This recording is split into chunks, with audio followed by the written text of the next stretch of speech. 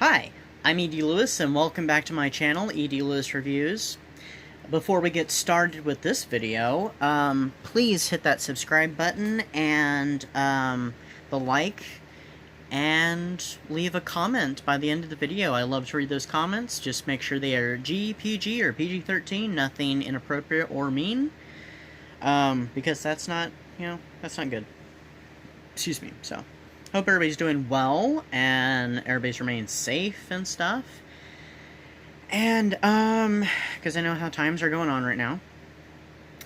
For this video, I am not going to be doing a review. This is actually a book haul. I had almost thought about doing kind of what I'm reading right now, because, on vacation I changed what I was reading a little bit. I didn't continue on one of the books I was reading so much. Well, one, but the other I didn't, and I started reading another book. So I'm like reading like 3 different books again. Surprise, surprise there. But anyway, we're just gonna go over the books I got, and there is one book that I have here that I don't have yet because I had to order it, because on the ending of my trip, the last place that I went that had books did not have the book. So I ordered it off Amazon, and it should be on its way soon. So anyway, the first book here was actually a deal I got from Amazon, but it was BookBub sent it to me. A list of, because I am on their thing where they send me a list of digital ebook deals, and most of them I get from Amazon because I don't get really any ebooks from anywhere else, really. But I also do Chirp, which does audiobooks. And I have a couple of those, but I haven't listened to any of them yet. And so we have, this first book is by Dorothy Eden, which I have several, or at least a couple paperbacks, like 3 or 4, maybe 5. So I have this one called Waiting for Willa by Dorothy Eden. I don't know what year it was published in originally, but this is the ebook. And it has an interesting cover. A lot of the ebook versions do. I did look at the cover for the old paperback and hardbacks, and I didn't like the covers. I like this newer cover. It looks much more gothic to me. So I'm going to briefly read the synopsis. Not all of it. Because on my first take of the video I did, and the video was getting kind of long, so.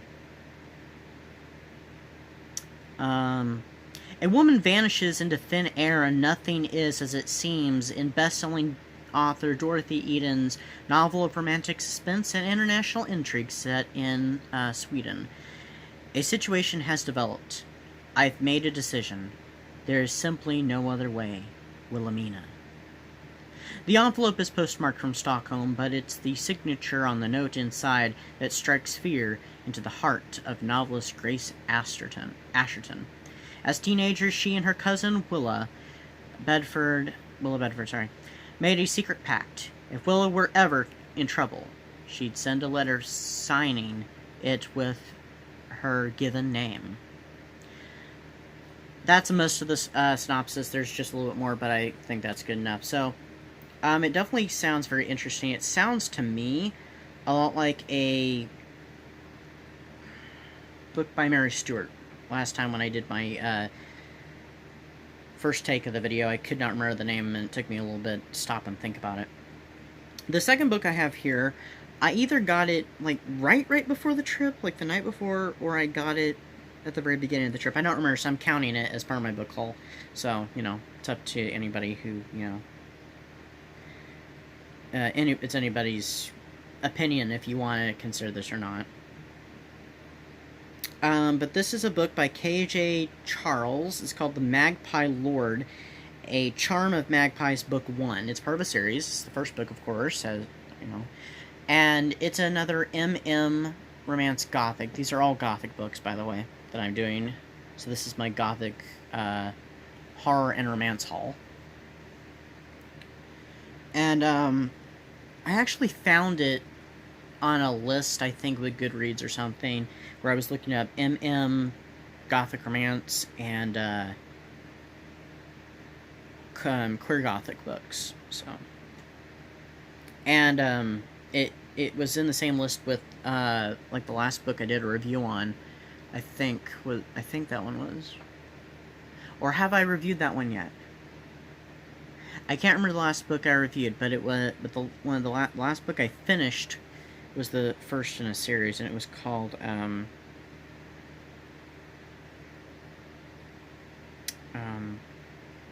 Wittershins. So, I honestly can't remember what the last book was that I reviewed.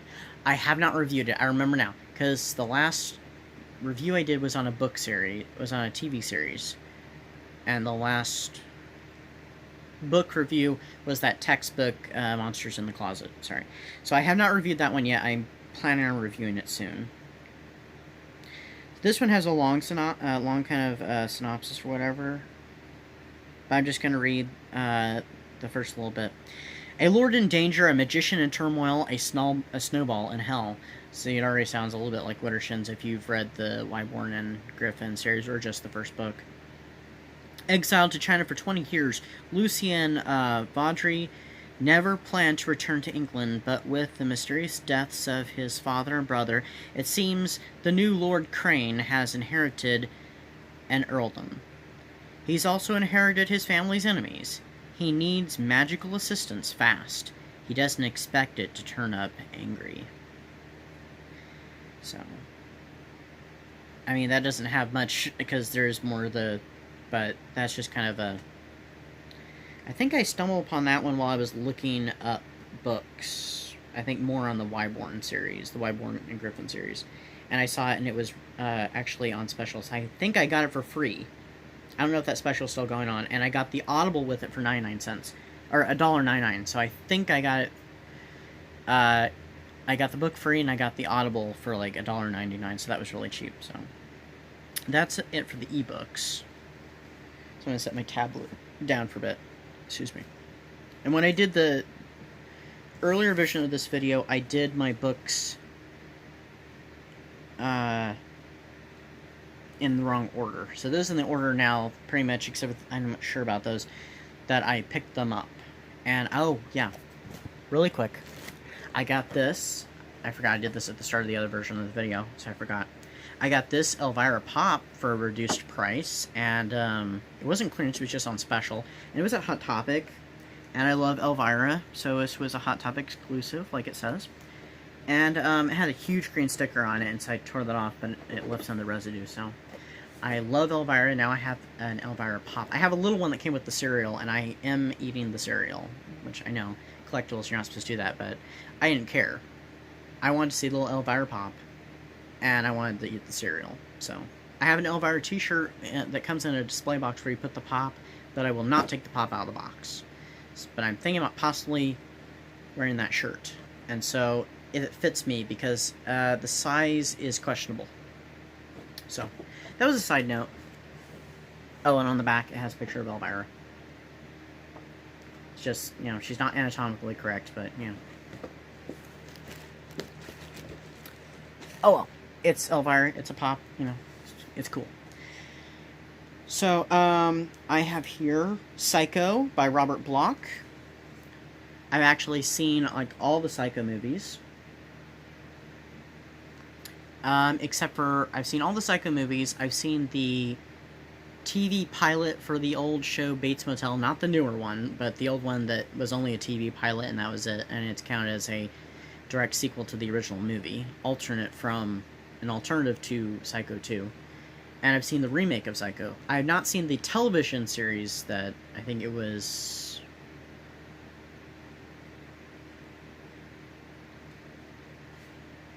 A&E did it? Did they? Showtime? I don't know. Whoever did the Bates Motel, I have no idea. I have not seen it. I've seen bits and pieces, and I've read about it a little bit. But this is the original novel from 1959 that Alfred Hitchcock based his film off of. I don't know who wrote this. Can't remember who wrote the script off the top of my head. Well, I can't remember offhand, but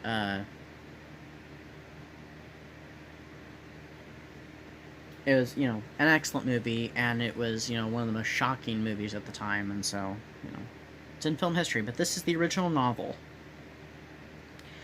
And so it's done by Overlook. This is released by Overlook, and I've wanted to read this for a while, and it's relatively short. It's only 175 pages. And it has some books. Serial Simon Shirley Ministries. I don't know, but that's not Gothic or anything, but this is. So this is a Gothic horror story, so I plan on reading that hopefully soon. I don't do TBRs because I have a tendency that if I see something else I want to read, I pick it up, read it, and then I'll come back to it. You know, something I've already completed. Like, there was a couple books, like maybe 3 books that I finished this year that I actually started like 2 years ago. And I recently finished them earlier this calendar year. So this one I was looking for. That Psycho I found by mistake. Or, not mistake, on accident, but it was a great find. It was a happy accident. And it was much more expensive than this book. This is a young adult novel, and it's an MM romance. So it's a gay Gothic. MM romance Gothic. It's called The Gentleman's Guide to Vice and Virtue.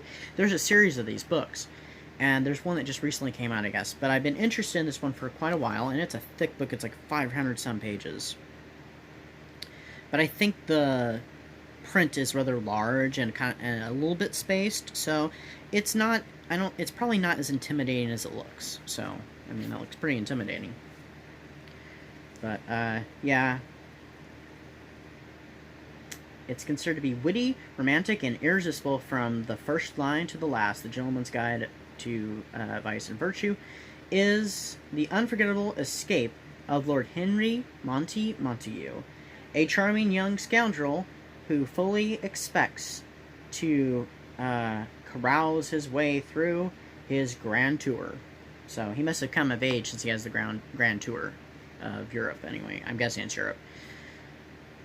But it won Stonewall Honor Book, so it's American Library Association, so it got the Stonehill Honor Book seal on it. So it's also got Monty's Guide to London, so that might be interesting. But I'll plan on reading that soon too. I feel like I'm doing a TBR. This book, I got. Those were both from the same bookstore. It was a Barnes & Noble, and that I went to on vacation, which it was a 2-level one, which I'd only ever been in a 1-level one several years ago. And I don't count the college ones because they're not really a real Barnes & Noble, because they sell mostly school supplies. Not very many books. But anyway, I got this. This is a book that had been highly recommended to me by the library when I was reading Secret Brother and a couple other books. And they thought it was an interesting choice. They said, ooh, there's kind of a theme here. We recommend this book and another book, which is the book I'm going to talk about last, that I don't have yet, because it's I had to order it last night on the way back. And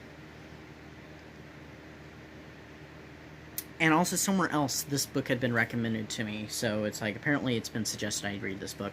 And it's really short, too. It's only like 146 pages, but the type is kind of weird and stuff, so it may technically take longer.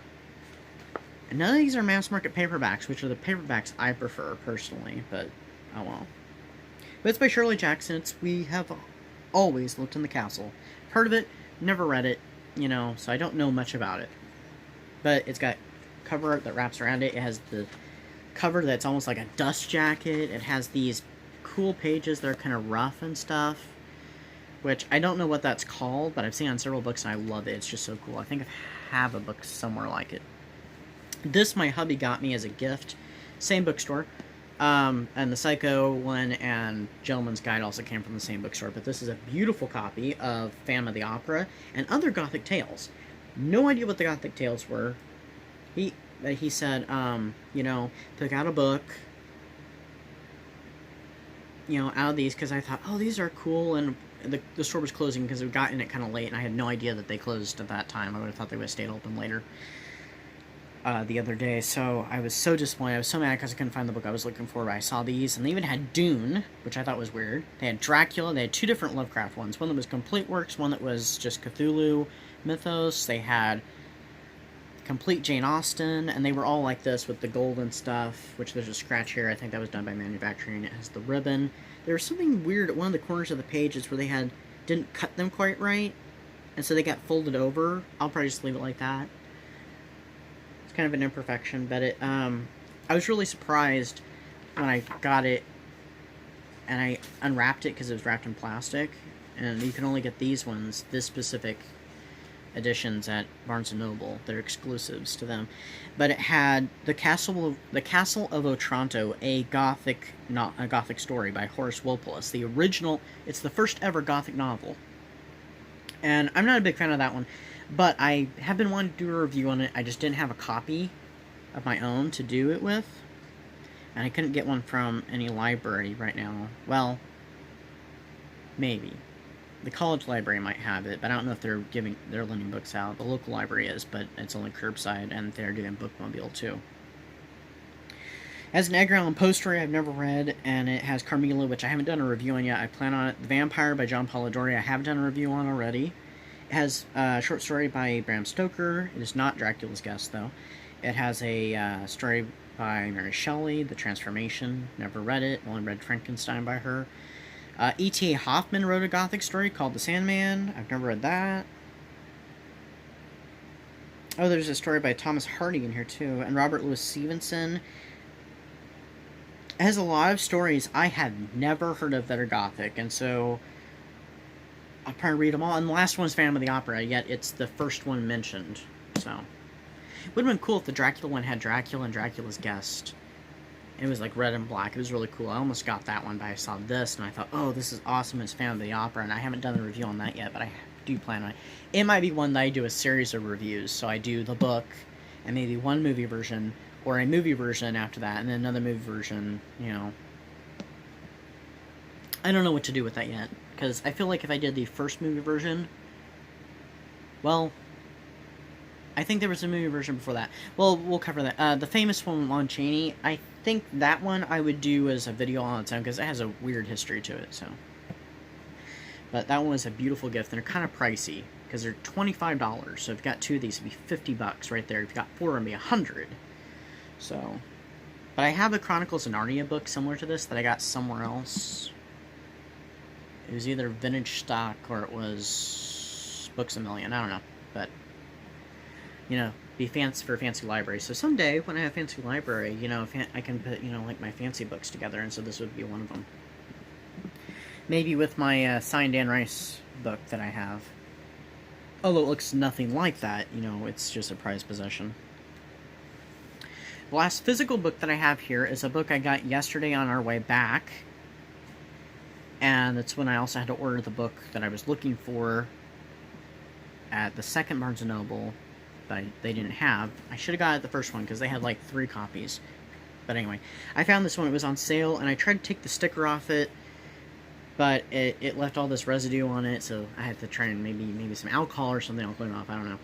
But it's called The Historian, and I remember when this book came out because they were doing a special about Vlad, Prince Vlad. I almost called him something else. I do not like calling him that one word because there's a lot of history regarding him, and there's a lot of false history out there because there's a lot of stuff, because I've even investigated this, and there is a lot of stuff that they claim a lot of times to be history about Vlad, Prince Vlad of Wallachia, that's not actually true, or not even proven, because it's believed that a lot of stuff that's said about him was actually propaganda from his enemies, and a lot of that stuff didn't even turn up.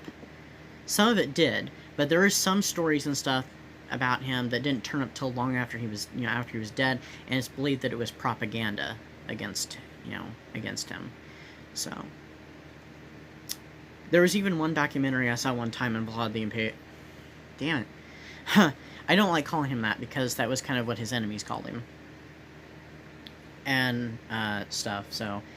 And he's considered to be a national hero from what I understand, anyway. If I'm wrong, you know, I apologize to those in Romania.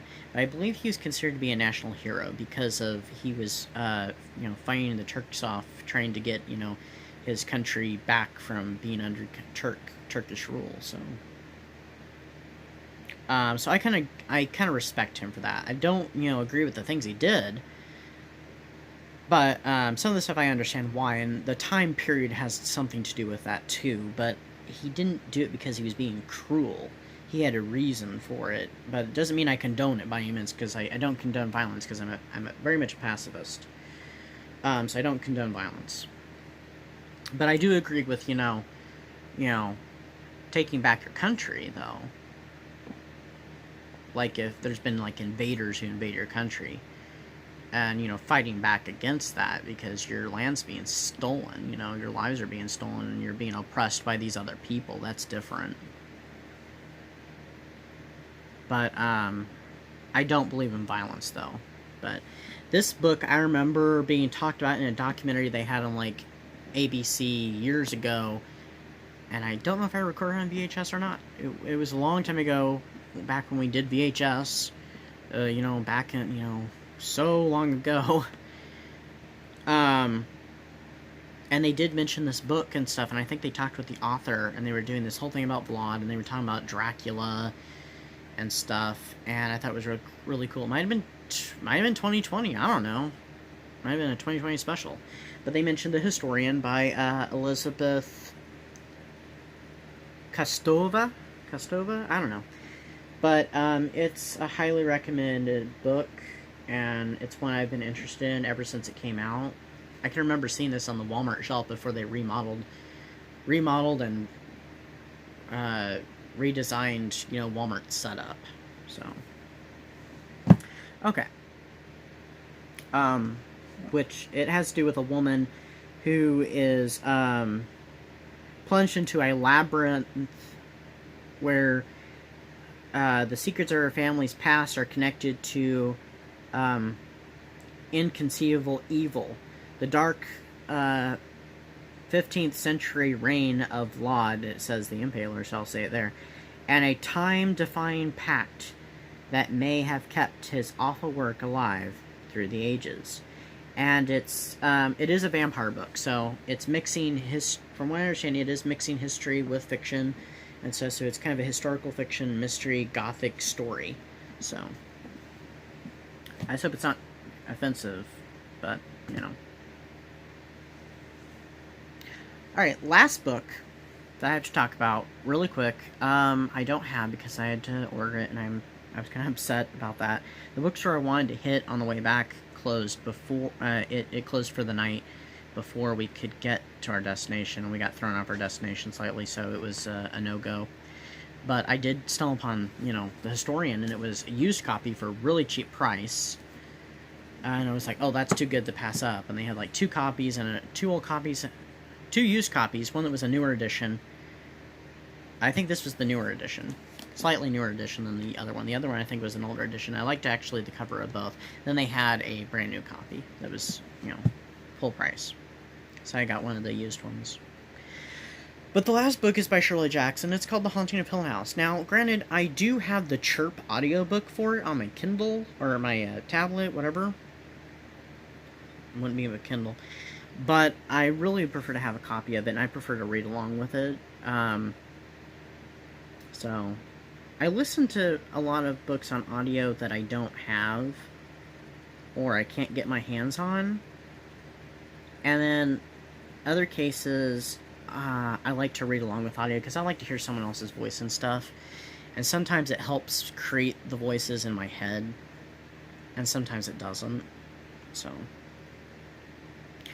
but it's The Haunting of Hill House, and I actually, on vacation, I actually started watching a little bit of the Netflix series, and I thought it was really interesting, and I'm like, I have actually started reading the book before. In high school, I started reading the book, and I didn't finish it. I didn't even get halfway through, I think, and I got it from the library, and I liked what I saw. I liked what I read, and I liked what I saw in the series. I've seen both movie versions, though. The original one from the 1960s, and the one with Liam Neeson and Catherine Zeta-Jones and Owen Wilson and whoever plays Nell in it. Which, that movie is not very good, in my opinion. It is kind of terrible. The 1960s one I may not have liked when I first saw it, necessarily, because I thought maybe it was a little boring because I was younger and was not as appreciative of certain films, but this one I was very appreciative of. I mean, I'm very appreciative of it now, is what I mean. And from what I read of the book, up to the point that I did read, it seems like the movie, or, you know, the movie was very faithful to the book, which it's okay if a movie is not overly, as long as it holds a certain amount of fidelity to it, then it's considered to be a good adaptation, because it's a different media, so it's going to have different symbolism and may have a different message behind it. Because you can't count books and movies as the same, because they're different mediums. That's why it's technically not... People do it, so you can do it, but you shouldn't necessarily do it. At least I don't think you should, and I've been taught that you really shouldn't be in my film classes and stuff. That you can't really say, well, the movie is better, or the book is better. It's just, you may enjoy a film version or a book version of something better. It's because it's personal preference. It's not necessarily the movie is better, or the book is better. Because in some cases, books are better than movies, and in some cases, the movie version actually is slightly superior.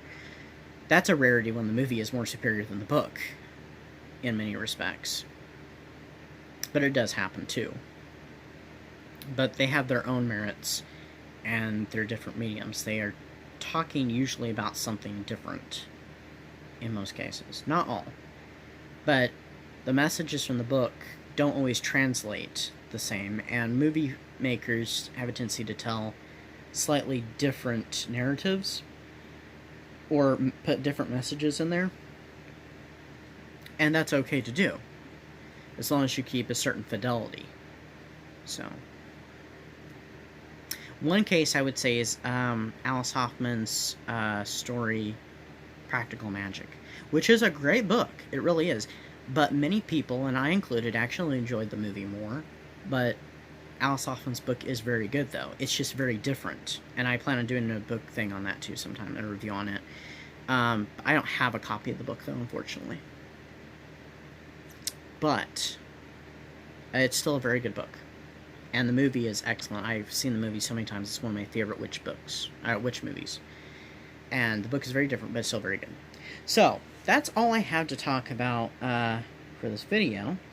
If, I know I've been doing my Pride month stuff, except for my last video was a video project, which I hope everybody enjoyed who watched it. And it's perfectly okay if you laughed, because, you know, it was just a project, and it is somewhat laughable. And one of my friends who was in it, she was afraid to watch it. You know, when I shared the video with her, she was like, oh no, no, no, no. She's like, I'm afraid if I watch it, I'm gonna die from cringing. So it may be cringe-worthy. I can't watch the full video, because I can't watch the parts with me in them, because I'm not very much a person about watching myself. I can't stand to watch myself. Some people are that way.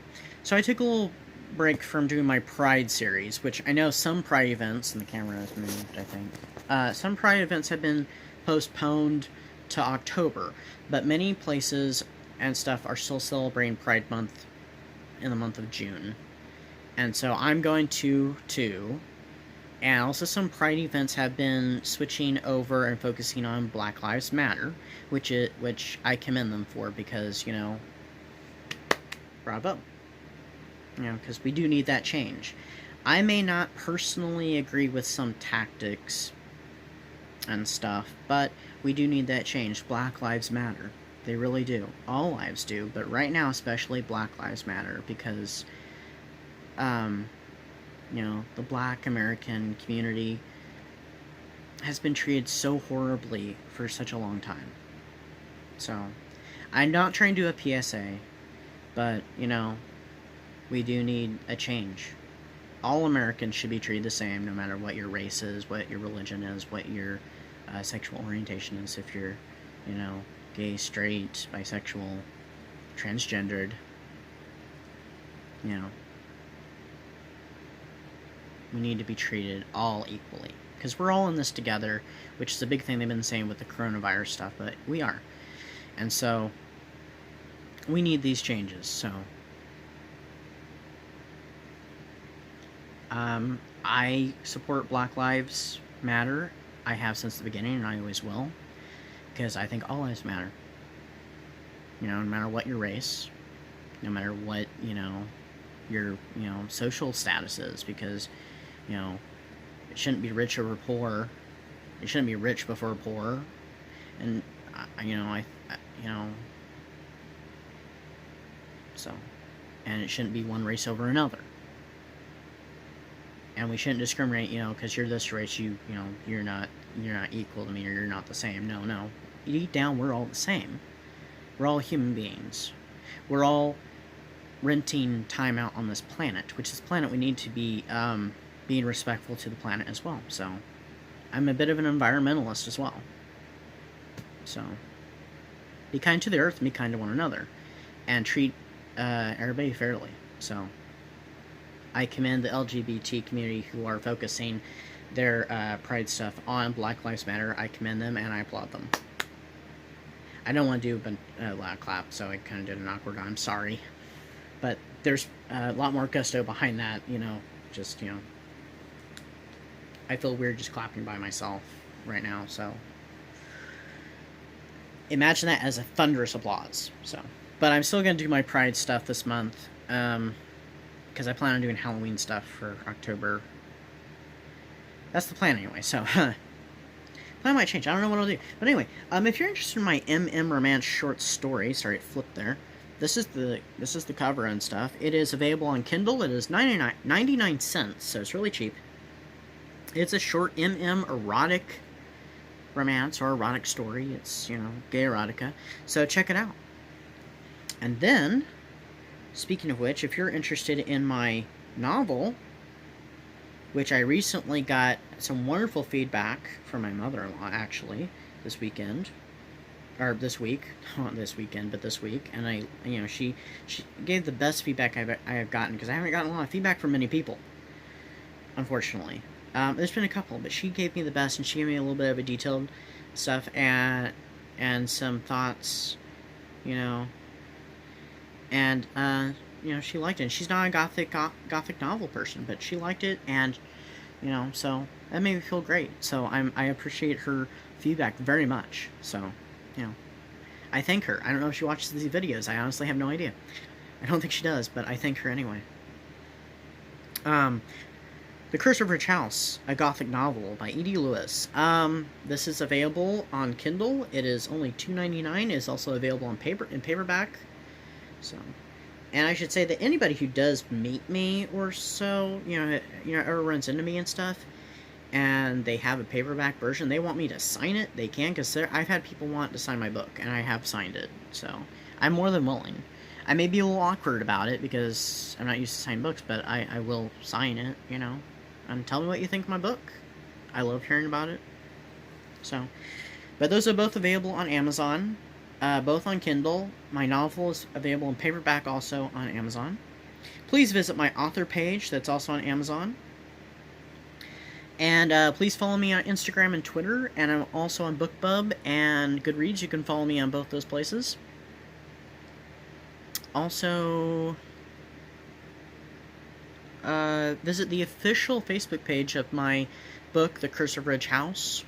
I think I just need to get an author page on Facebook and advertise all my books, because I have advertised my short story on The Curse of Ridge House. I'm not, there's not too many posts right now, but I'm hoping maybe I can do a special offer soon on my book. So, this video is already much longer than I intended it to be, but I wanted to stop and do a little talk. So, anyway, have a good evening. Have a, you know, the weekend's over now pretty much, so, you know, have a great week, and I'll be back soon with a book review or a short story review, whichever one I do first. And so I have a couple more books and at least one short story I want to review for this month. So, happy Pride Month. Black Lives Matter. Stay safe. Be kind. Be courteous. Be respectful. Treat everybody well and good. So, bye-bye. Have a good evening.